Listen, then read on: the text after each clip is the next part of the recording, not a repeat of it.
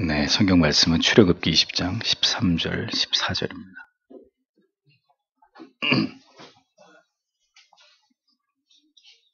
출애굽기 20장 13절, 14절 같이 읽겠습니다.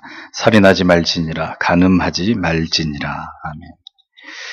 도덕법의 해설 39항에서 44항 두 계명을 묶어서 해설하도록 하겠습니다. 먼저 제6계명 살인하지 말라 39항 이 계명의 의도입니다. 하나님께서는 인류를 한 테두리 안에 묶어두시고 모든 사람들의 생명의 안전에 대해서 모두가 유념하게 하셨습니다. 다른 사람을 해치는 모든 종류의 폭력이나 일체의 상해를 입히는 행위들을 하나님이 금지시키셨습니다. 이 계명은 다른 사람을 해하지 말아야 할 뿐 아니라 더 적극적인 의미에서 위기에 처한 이웃을 적극 구조하고 이웃과 평화를 도모하고 결코 상호 간에 해가 되는 모든 요인들을 제거해야 되는 것을 명령하고 있는 말씀입니다. 이 계명을 주신 하나님의 의도는 이웃에 대한 육체적인 상해와 폭력, 살인만을 의미하는 말씀이 절대로 아닙니다. 사람의 육신, 이웃의 육신뿐만이 아니라 마음을 죽음에 이르는 고통으로 몰아가는 일 또한 살인과 동일한 죄라는 것을 우리에게 깨닫게 하고 있습니다. 살인에 가까운 분노와 미움과 증오를 만들어내는 것이 어디죠? 사람의 마음입니다. 그러므로 우리 안에 다른 사람을 향한 이러한 살인적인 분노의 증오의 감정을 품어서도 안 되지만 상대가 누가 되었든 그에게 죽을 것처럼 힘든 고통과 아픔과 괴로움을 주는 일 또한 금하는 것이 이 계명에 대한 올바른 준수가 된다는 것을 우리가 깊이 염두할 필요가 있습니다. 그러니까 성경은 이렇게 얘기합니다. 미움은 살인과 동일한 감정이다라는 거죠. 미움과 살인이 같은 감정이다. 그 뿌리를 같이 한다. 이유가 뭐겠습니까? 그가 없어지기를 바라는 마음이 미움 속에도 반드시 포함되어 있기 때문입니다. 살인은 그를 죽여서 그의 존재를 세상에서 없애는 거잖아요. 미움의 뿌리가 뭐예요? 저 인간 안 봤으면 좋겠다. 내 눈에서 사라졌으면 좋겠다. 그래서 미움과 살인은 동일한 죄라는 것입니다. 그러므로 화를 품지 않아야 미워하지 않게 되고 미워하지 말아야 마음으로 살인하는 죄를 범하지 않을 수 있는 것이죠. 그러면 미워하지 않기 위해서 어떻게 해야 합니까? 그 사람을 성경의 진리 안에서 올바로 이해하기 위해서 노력해야 되는 것입니다. 주께서 나를 위해서만 십자가를 지신 것이 아니라 그를 위해서도 내가 그렇게 미워하고 싫어하고 좋아하지 않는 그를 위해서도 그리스도께서 십자가에서 피를 흘리심으로 그를 구원으로 인도하신 존귀한 영혼으로 그 사람을 인식하고 바라보기 위해 노력해야 된다는 겁니다. 하나님이 나를 사랑하듯이 그 또한 사랑하시고 그리스도의 보배로운 자녀로 인정하고 계신다는 것을 기억해야 합니다. 내 눈에 볼 땐 저 사람이 저렇게 보여도 그리스도의 존귀한 자녀이고 그 자녀를 위해서 주께서 피 뿌리셨다는 사실을 인정해야 된다는 겁니다. 하나님이 나를 사랑하듯이 그도 사랑하신다. 그래서 성경은 절대로 미움을, 증오와 반목을 가족 간에 그리고 지체 간에 허용하고 있지 않습니다. 그 누구도 다른 사람을 힘들게 할 권리가 없습니다. 설령 부모라 하더라도 성경은 자녀를 노엽게 하지 말라고, 억울하게 만들지 말라고, 정확히 얘기하면 억울하게 만들지 말라고 말씀하고 있습니다. 내 자녀니까, 내가 낳았으니까 내 마음대로 부모의 권위를 가지고 자녀들을 억압하고 복종을 강요해도 된다고 생각했다면 이것은 그릇된 생각입니다. 잘못된 생각입니다.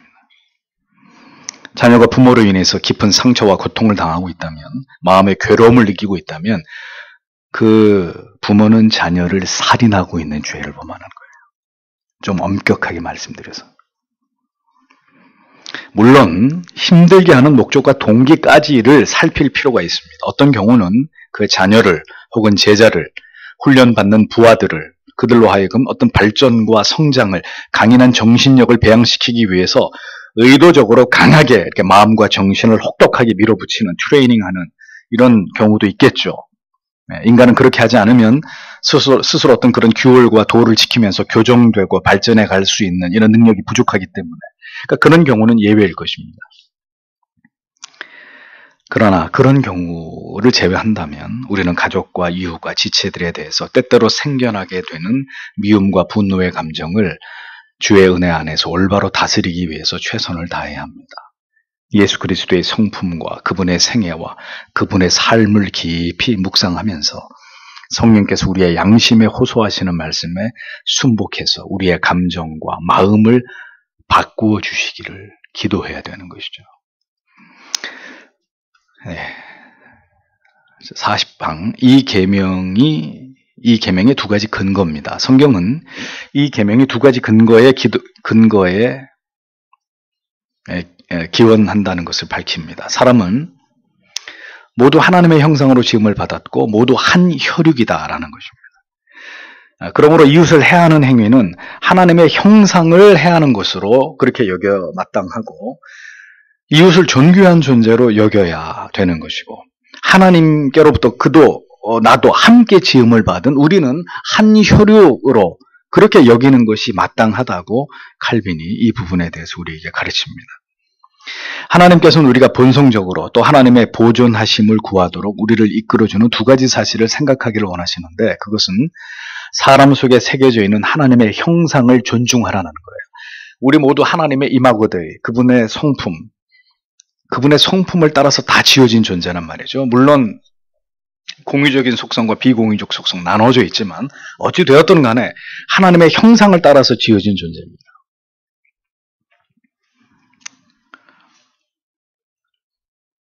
사람 속에 있는 우리 자신의 혈육을 포용하고 용납해야 되는 것은 당연한 것이죠. 하나님께서는 자신이 창조하신 모든 인간을 한 혈육, 형제, 자매로 간주하신다는 이 칼빈의 해석을 유의해서 보십시오.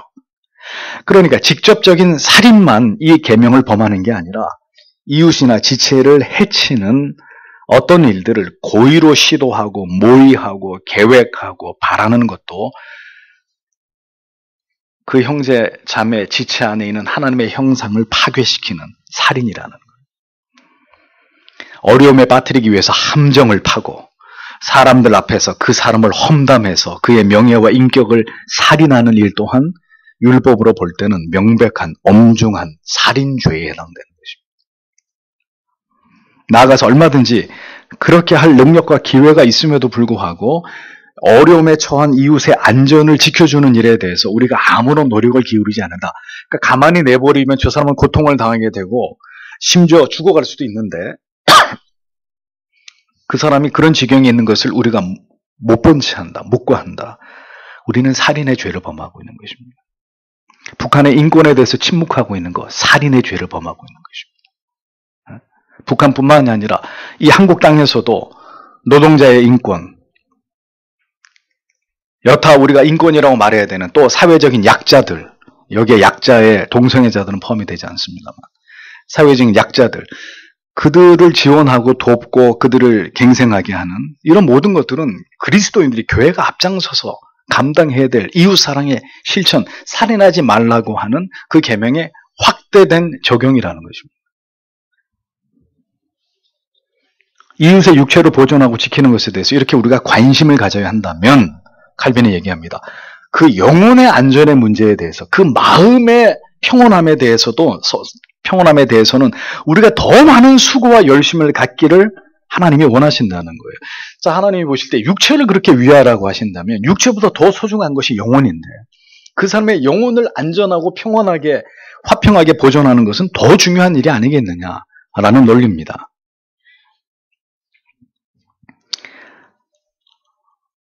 하나님께서는 살인하지 말라는 계명 속에 이웃에 대해서 그의 영혼과 마음까지도 해야 하는 것을 금지시키셨습니다. 여러분, 이 계명 앞에서 우리 자신을 깊이 돌아봐야 됩니다. 그러니까 어쩌면 우리는 한 주 동안에도 여러 사람에게 이렇게 칼질을 한 거예요.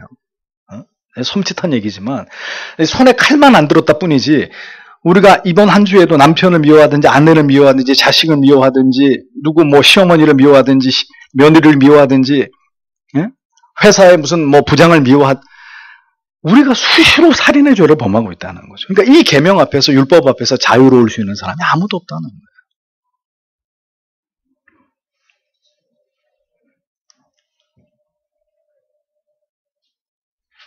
우리가 그렇게 다른 사람에게 아픔을 준다. 우리는 이 계명을 어기고 있는 것이다. 이 부분을 우리가 깊이 생각하고 우리에게 회개가 필요한 부분일 것입니다. 7계명으로 넘어갑니다. 간음하지 말라. 간음하지 말라. 41항 이 계명의 목적. 정숙과 순결을 사랑하시는 하나님 앞에서 모든 부정한 것을 멀리하게 하려는 데에 이 계명의 목적이 있습니다. 왜? 우리의 육체는 불결하고 추악하고 무절제한 정욕으로 더럽혀져서는 안 되는 존재이기 때문에. 왜요? 하나님의 형상으로 지음받았습니다. 우리 몸이 거룩한 주님이 계시는 성전이니까. 이 또한 그래서 신자는 정결하고 절제 있는 삶을 살아가야 되는 이런 존재, 이런 세상 사람과 구별된 존재라는 거예요. 음행을 금지하시는 것은 음행의 더러움을 통해서 우리의 육신의 정욕을 혐오하도록 하시기 위함입니다. 정욕은 언제나 음욕을 부추기는데 음행은 우리의 육신에 작용해서 극심한 육체적 더러움을 유발시킨다는 거예요. 하나님께서는 죄의 저주로 말미암아 인간들이 필연적으로 음행의 유혹에 넘어질 것을 아셨기 때문에 결혼이라고 하는 합법적인 방법을 통해서, 결혼을 통해서 돕는 배필을 주심으로 음행을 피하기 위한 방도를 우리 안에 마련해 놓으셨다는 겁니다. 결혼은 신적인 제도로 하나님의 축복하심 속에서 이루어진 것입니다. 그러므로 결혼 이외에 모든 성적인 결합은 하나님의 저주가 있는 일이다. 칼빈은 못 받고 있습니다. 결혼 이외의 모든 성적 결합은 하나님의 저주가 있는 일이므로 결혼을 통해서 무절제한 정욕에 빠지지 않도록 우리를 지키는 것은 필연적인 하나님의 죄인들의 치유책이다. 이렇게 설명을 합니다.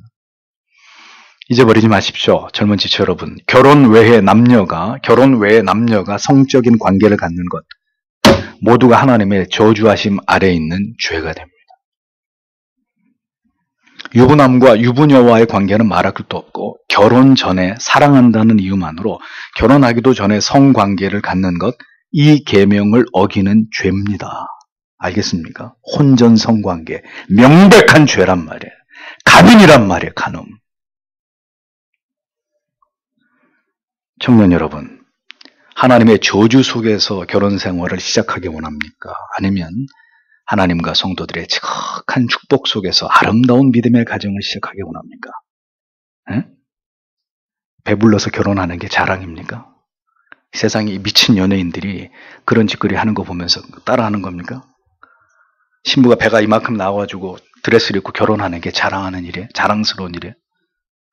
이제는 그런 것들을 뭐라고 할 수 없는 시대가 되어버렸습니다. 뭐 속도 위반, 뭐 그런 건 일도 아닌 거예요. 그런 거 가지고 뭐라 그러면 그 얘기하는 사람이 아주 고리타분한 사람이 되어가고 있는 시대입니다.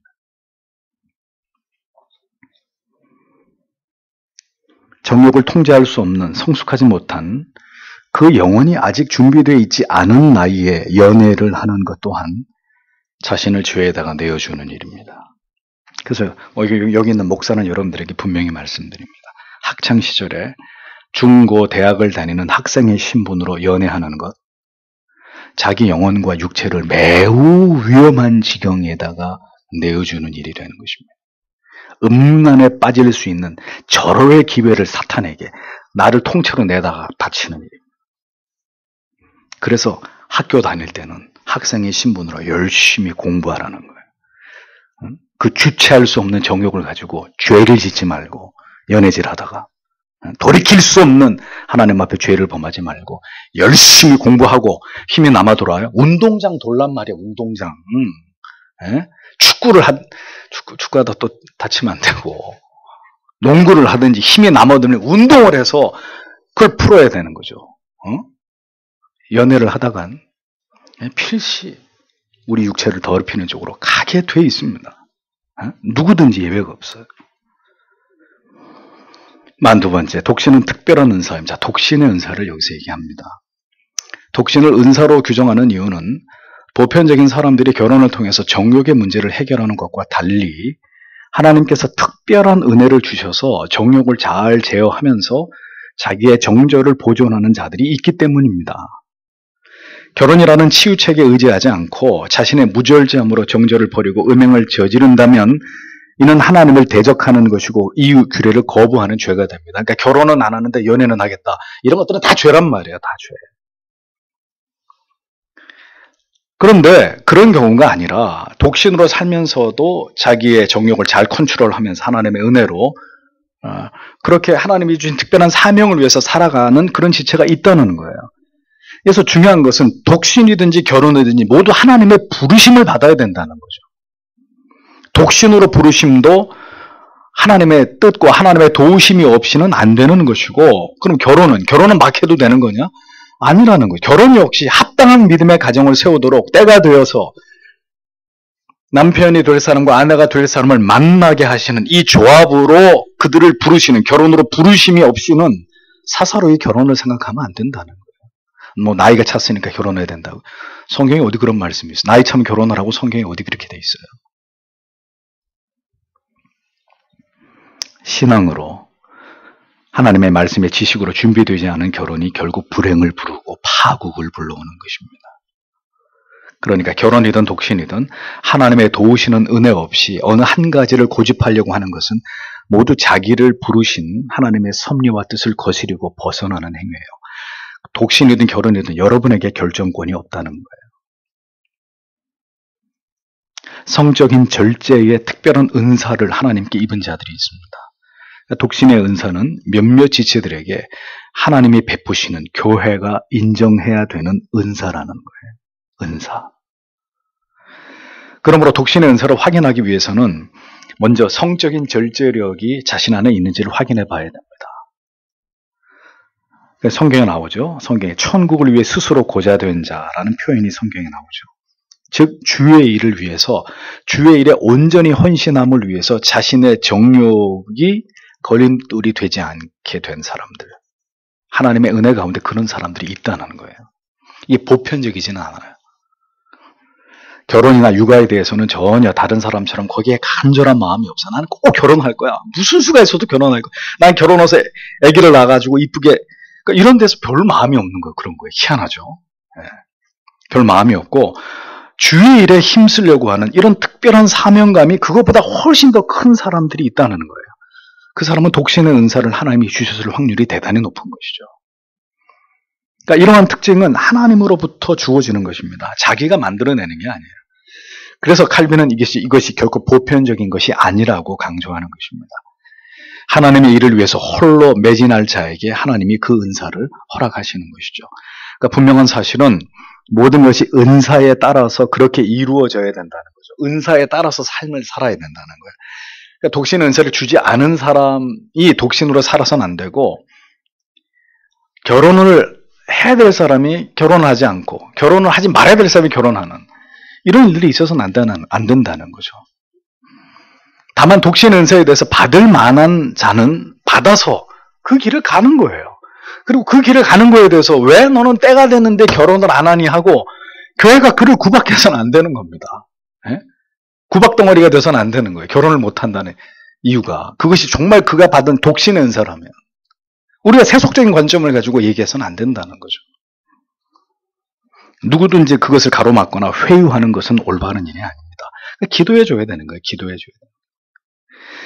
43번째, 결혼의 필요성입니다. 아무리 노력한다고 해서 그런가 누구나가 다 독신으로 살면서 정죄를 지킬 수 있는 것은 아니라는 거예요. 칼빈은 이걸 특별히 강조하죠. 우리에게 주어진 능력에 따라서 우리는 결혼이든 독신이든 하나님이 이끄시는 삶을 살아가야 된다는 거죠. 그래서 독신에 대해서 이것을 하나님의 사명과 연결지어서 거룩하게 생각하는 게 아니라 화려한 싱글 너무 좋아. 이렇게 세속적 관점으로 결혼은 족쇄야. 필요 없어. 그냥 자유롭게 사는 게 이렇게 독신을 동경하고 부러움의 대상으로 삼는 것은 성경적인 게 아니에요. 세속적인 거예요. 오히려. 지극히 이기적인 거예요. 이것을 벗어나서 독신의 삶을 살아가야 할 사람이 결혼을 하고 결혼을 해야 될 사람이 독신을 고집하는 것은 하나님의 뜻을 거스르는 것이다.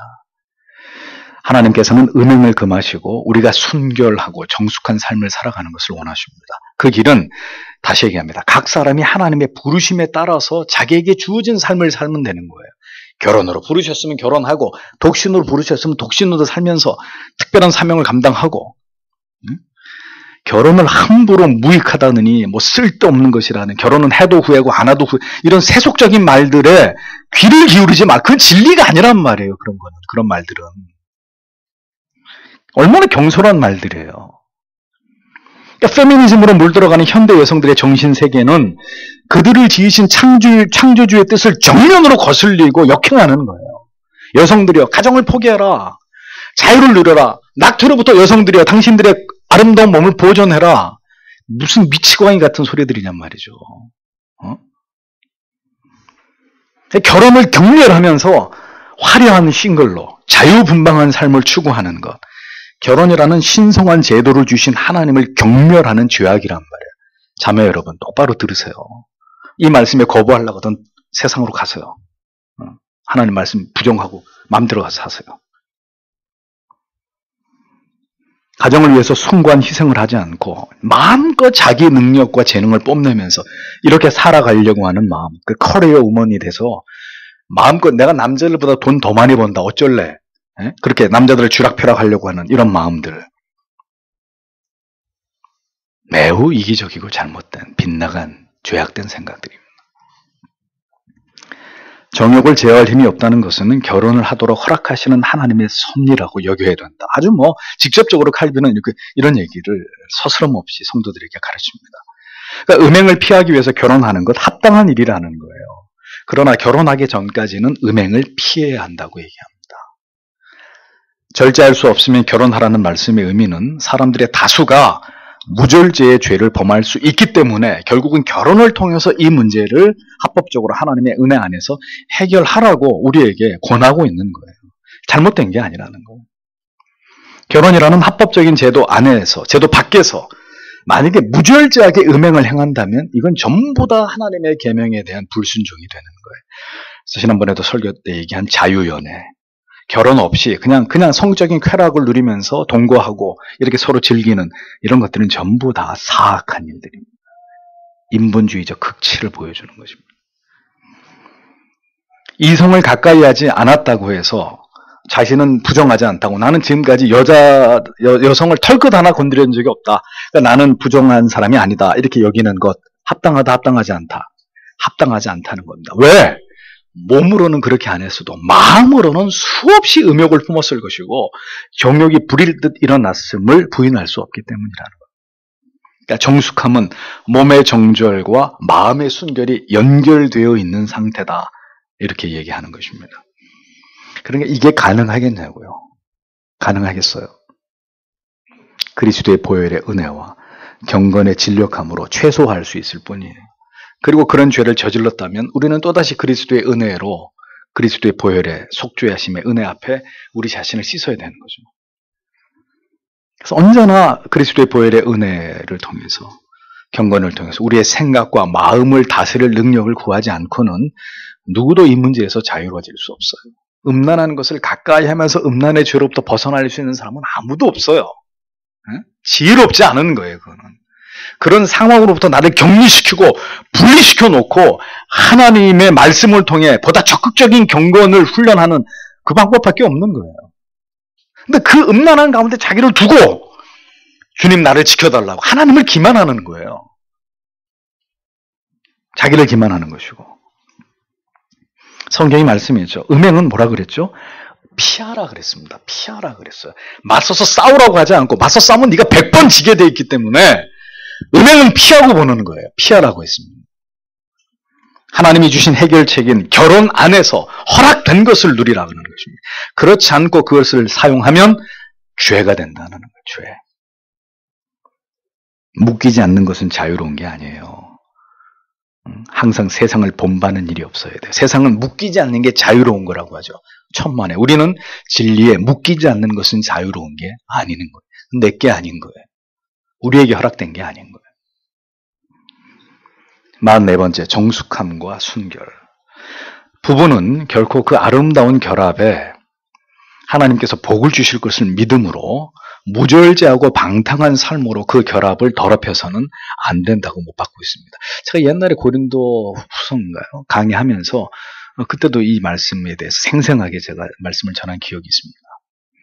합법적인 부부라 할지라도 난잡하게 성을 사용하는 것은 하나님 앞에 절대로 바람직한 게 아니라는 거예요. 이제 결혼을 하기 전에 음행을 하면 이건 더 나쁜 죄고, 합법적이지도 않은 관계에서 성적인 관계를 이거는 아주 치명적인 성경에 대한 명백한 죄고, 합법적인 부부를 하더라도 하나님이 주신 성을 난잡하게 사용하면 이것도 하나님 앞에 부끄러운 짓이라는 거예요. 결혼의 정욕에 대한 효과적인 대안일지라도 무절제하고 난잡한 성생활을 합리해주는 방편이 될 수는 없다는 겁니다.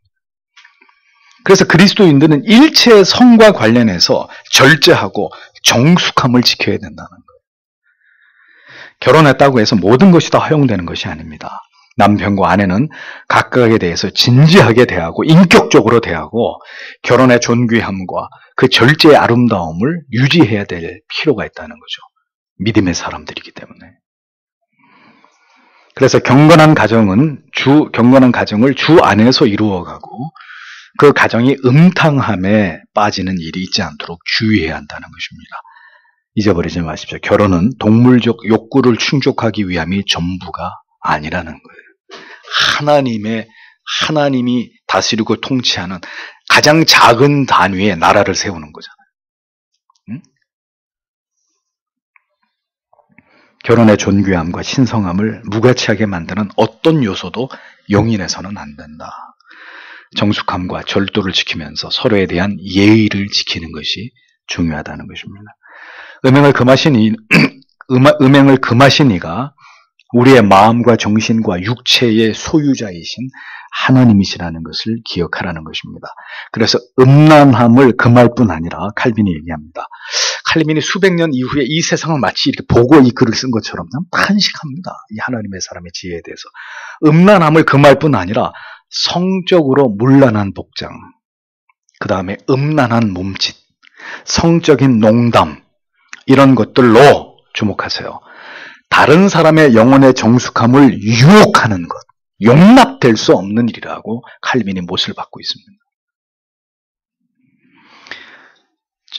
역시 페미니스트들이 하는 얘기. 아니, 여성들이 짧은 치마를 입는 거는 여성의 권리라고 이렇게 얘기하죠.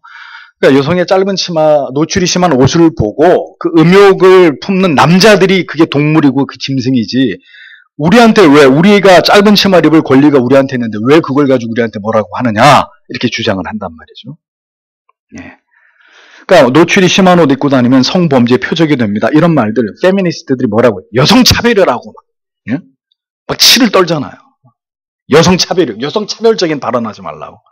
집에서도 종종 이런 비슷한 얘기를 듣습니다만, 예? 그 치마가 너무 짧다 이렇게 하면 이제 곧바로 이제 이렇게. 하나님의 사람 칼빈은 말합니다. 이미 수백 년 전에 이 같은 일이 일어날 것을 예측이라도 한 것처럼 사람들을 유혹에 넘어지게 하는 성적 매력을 드러내는 옷차림, 행동, 말 다 금지시켰습니다. 그건 그리스도인에게 합당한 것이 아니라는 거예요. 그런데 뭐가 내 자유인데 뭐가 문제냐고요? 아니, 내가 이렇게 노출인 옷을 입고 다닐 자유가 나한테 있는데 왜 그걸 침해하냐고요? 그거는 하나님을 모르는 교양 없는 여성들이나 그렇게 생각할 수 있습니다. 이 말이 유튜브로 나갈 텐데 참 걱정이 됩니다. 세상 사람들이나 그렇게 할 수 있는, 그런 생각을 할 수 있는 거예요. 그 사람들 자유예요. 그러든지 말든지. 그러나 여러분들은 아니라는 거예요.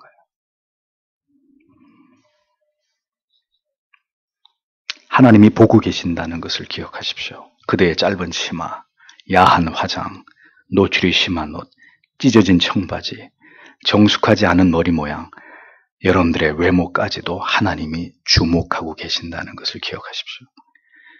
하나님은 성도들의 구별됨을 요구하십니다. 세상 사람들하고 달라야 된다는 거예요.